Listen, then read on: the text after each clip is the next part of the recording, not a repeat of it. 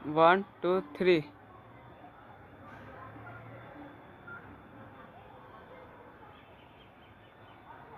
Hello. हाँ राकेश, कहाँ है? अभी आ रहा है गाड़ी में।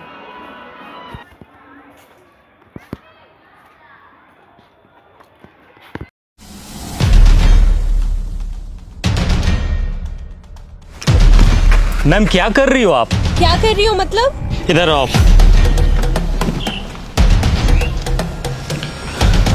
क्या है ये? अपने तिरंगे का अपमान। मैंने नहीं रखा इसे। हिंदुस्तानी फौजी की आंखें बाज से भी ज्यादा तेज होती है। चलो मान लिया आपने इस झंडे को यहाँ नहीं फेंका, पर उठा तो सकती थी ना। ओ फौजी सुन, ज्यादा ज्ञान मत दे, औकात में रह अपनी।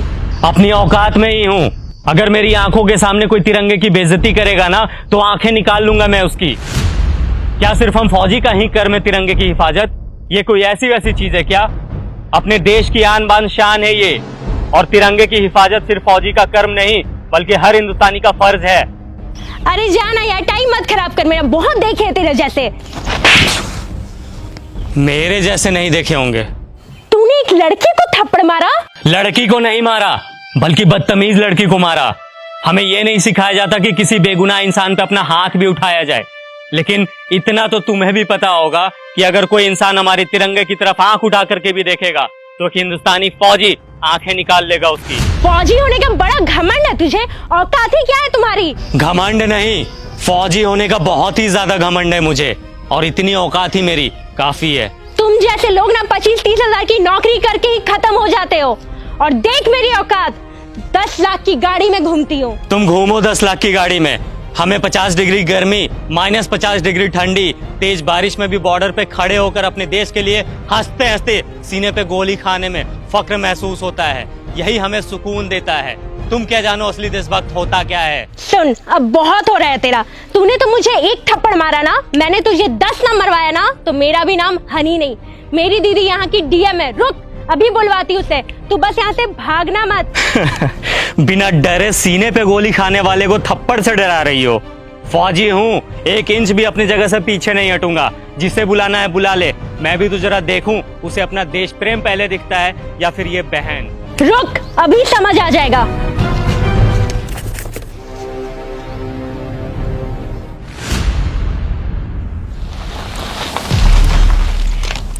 दीदी, यही है वो इंसान जिसने मुझे थप्पड़ मारा है। कितना मारा? एक, वो भी बहुत जोर का। कम ही मारा था। तुम एक फौजी के बारे में बुरा भला बोल रही हो, समझ में आता है ये कौन है? मैम सॉरी, बट शायद आपकी बहन कुछ ज्यादा ही मॉडर्न है। इसे तिरंगे की वैल्यू समझाने की जरूरत है।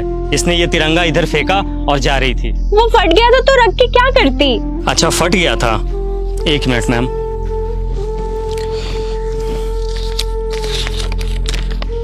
ये कितने का नोट है? 100 का। अब कितने का है? 100 का। अरे क्यों, फटने से इसकी वैल्यू खत्म नहीं हुई? मैं भी फेंक देता हूं इसे।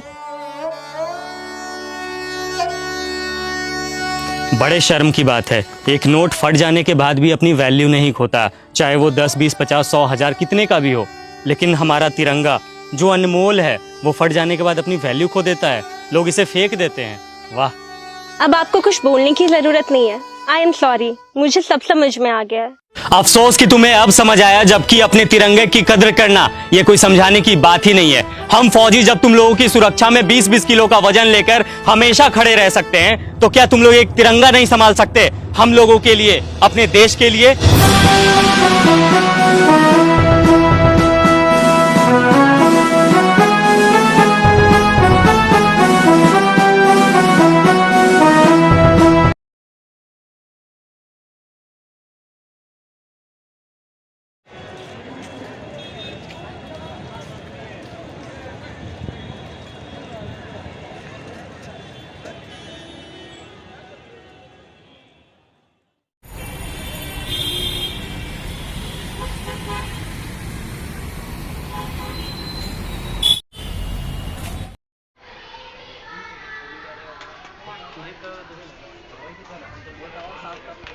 दीदी मेरे व्हाट्सएप में सुमन करके उसको बोलो ना, कॉल करो मेरे नंबर पे डायरेक्ट।